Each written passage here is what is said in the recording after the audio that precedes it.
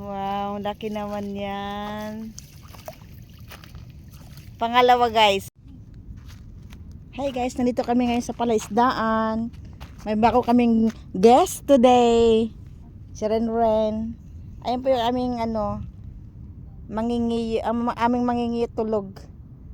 Driver namin. Ang aming mangingisda. Mangingisda. Tulog siya guys. Ang lapad na aming banig guys oh. Oh, di ba? Ready na 'yan. Oh, guys. Yan lang pambuhay namin dito, guys. Yung pintuhan, nanguhuli. Hindi na kami nagtatrabaho. Ganito na lang kami. Araw-araw na 'yan, guys. Taglamig na ngayon. Ito kami nang kumukuha kamo ng kabuhayan. Ayun, guys. Katatapos lang po namin ang kain, guys. Nag-ihaw na po kami ng isda. Galing din. Oh, galing po 'yun sa isdaan. Ayan, naubos na. Wala na. Nakain na po ang Ubos na yan guys. Baliktaran na yan guys. Wala na. Nabaliktad na guys. Kaya yun ang isda namin. May kasamang hotdog. O diba? Hindi pa naubos kasi konti lang kami eh. Mamaya ulit yung tirtirahin namin. baka nandito na sa ulo. Baka nasa ulo ko na yung pagkain. Yan guys. Kompleto yan guys. Yan po kami guys pag pag trip naming mangisda. Dito na rin kayo maghapunan almusal. Parang ayaw mo na sabihin dito na naman tayo. Oh. Kasunod na araw guys, magdadala lang kami ng bahay namin dito guys. Dito na kami matitira. Diretso na kami trabaho. Kita pa na tayo. Dapat ang paalam ko dyan muna kayo dyan guys ha. Guys, dyan muna kayo. Kwituhan muna kami dito ah. Magmamarit po. Ito pa ang buhay namin. Dapat may gitara tayo. Marunong mag-gitara ba? Marunong nga. Magre-recruit tayo. Alam mo pag si Ate Arlene na pag naunahan ko ng buwan iPhone. Nagalit siguro yun. Ayan yan guys.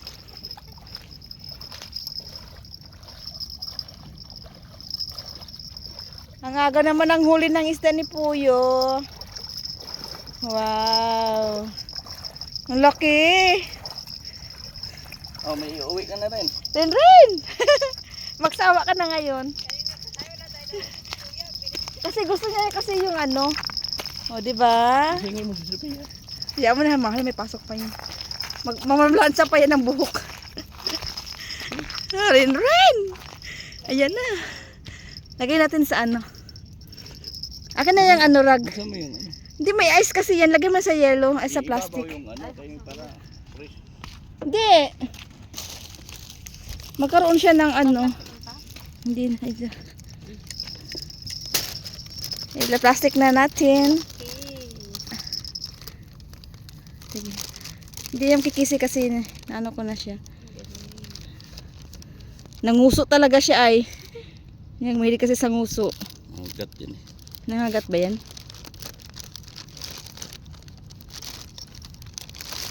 Hindi na makikisi-kisi yan. Wow, ang laki naman yan. Sophia walang nahuli. O, diba guys? Wala guys, nasa plastic na siya.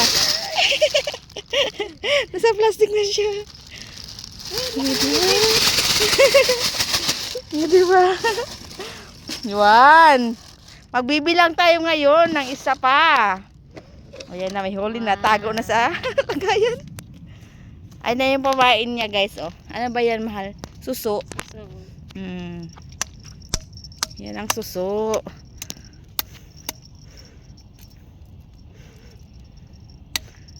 Diba? Kinakain talaga ng isda yung suso.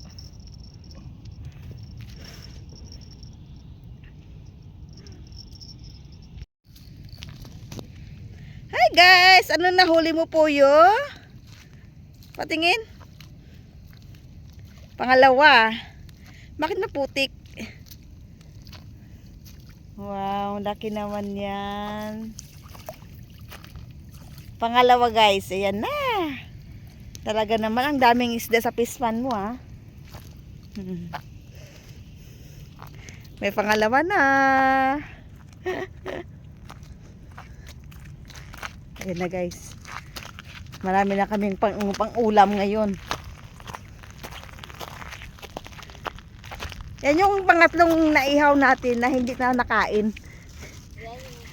Oo. Libre ko. Yeah. Mahal oh. Maliit Okay lang na. eh. Hawakan. Hold. This one, hold the... Gusto talaga nilang susukoy, no? Oo. Oh, Ay, ayun may... sino naman? Sinong ayaw ng suso?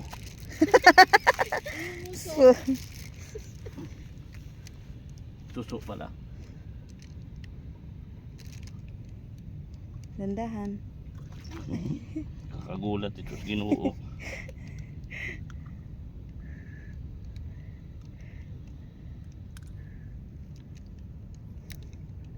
Ayan na, pangalawa na namin. Mga gising na sila eh. Oo. Naku, Kanina tulog. mamamalingki na yung mga yan eh. Ano, Inutusan bumili ng suka. Ayun, dumaan sa ano. sa suso. Nahuli tuloy. Hirap tanggalin. Okay, pangalawa. Yay! Ayan na guys, may dalawa na kaming isda. Wala. Naku, may paksiw na, may sinigang na. Oh, pang prito, wala pa. Maglalagay ulit siya ng ano. Saan ka pupunta? Ah, doon. Malayo masyado. Wala ng tubig. Saan yung bato mo? Madilim pa kasi, alas 4 pa lang ng madaling araw.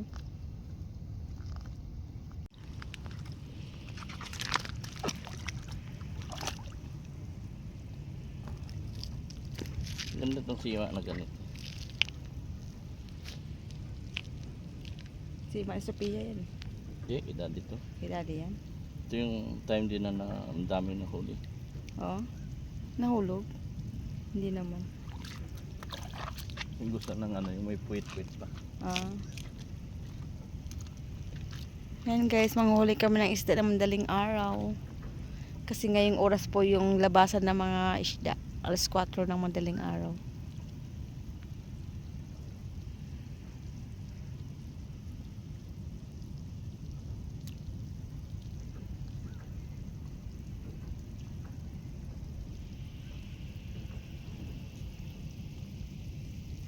Yan guys, ang lapad-lapad po ng fish pond. Ang ganda ng tubig, no? Walang alon. Para lang siyang pond. Nag-i-stay yung water. Diba guys? Lapad.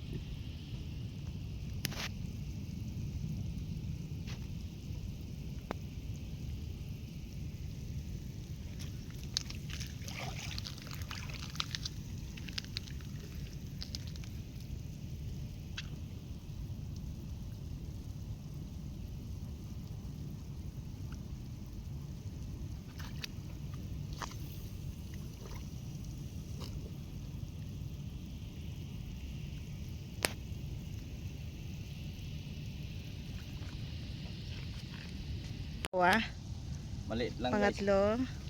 Pangatlo maliit lang. Wow, liit. Pwede na. Dito mo na ilagay. Akin na, hawakan ko. Anak lang to.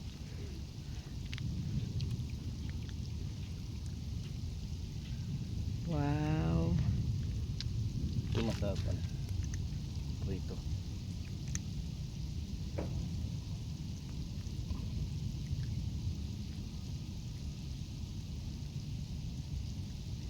Dami ah. Dito mo lagay pa. Yun.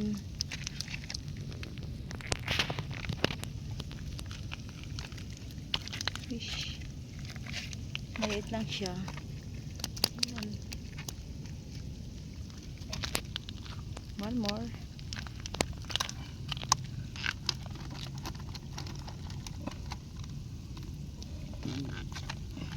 Tuktukin muna natin ang suso bago ilagay.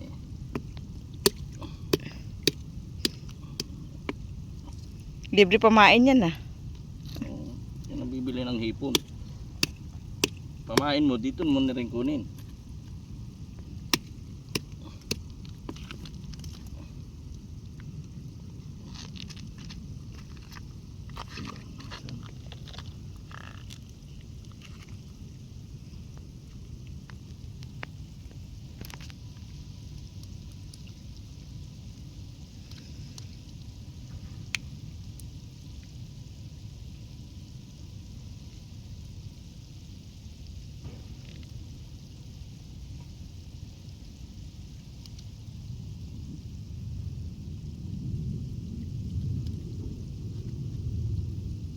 Yan guys, nakarili na po yung pang-apat natin na pamain.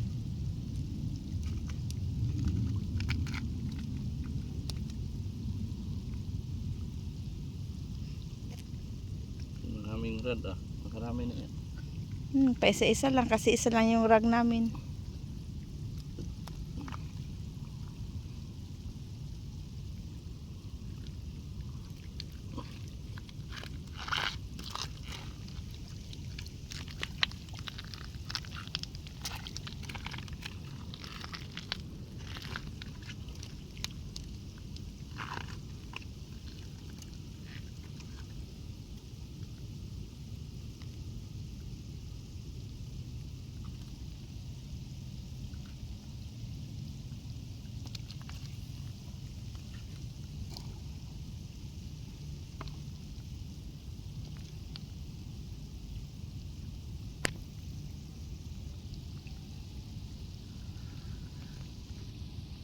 Natin pa natin sila yung sabi.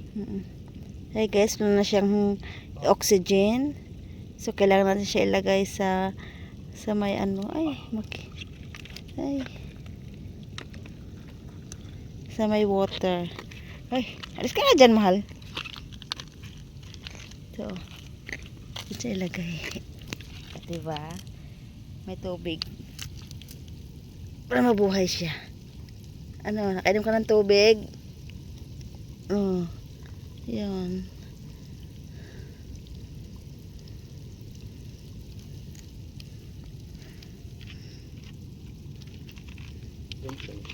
Ha?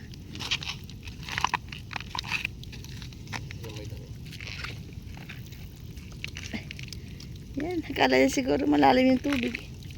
Dito banda. Mal. Dito lang banda. Huwag masyado doon. Maglilipad dyan. Diba? Dyan lang yan. Malit lang kasi siya. Huwag ka na kasing tumagilid. Ganyan lang. Ay, nakiwisik-wisik eh. Pinainom siya ng tubig.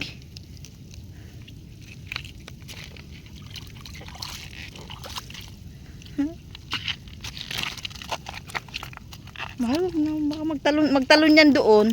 Ang sabi ko sa'yo.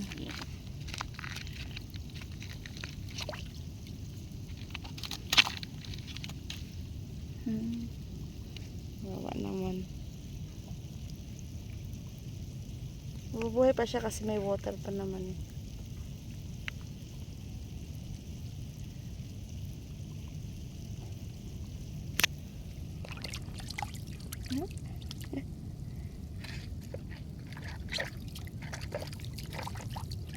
Nahanap lang ng nanay yan.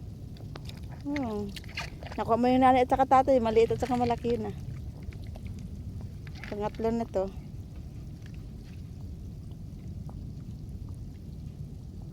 Guys, lutuin na po yun natin yung isda na nahuli nila ni Tuyo. Ayan. Piraso-piraso na siya. Ayan. Escabeche. How to cook escabeche.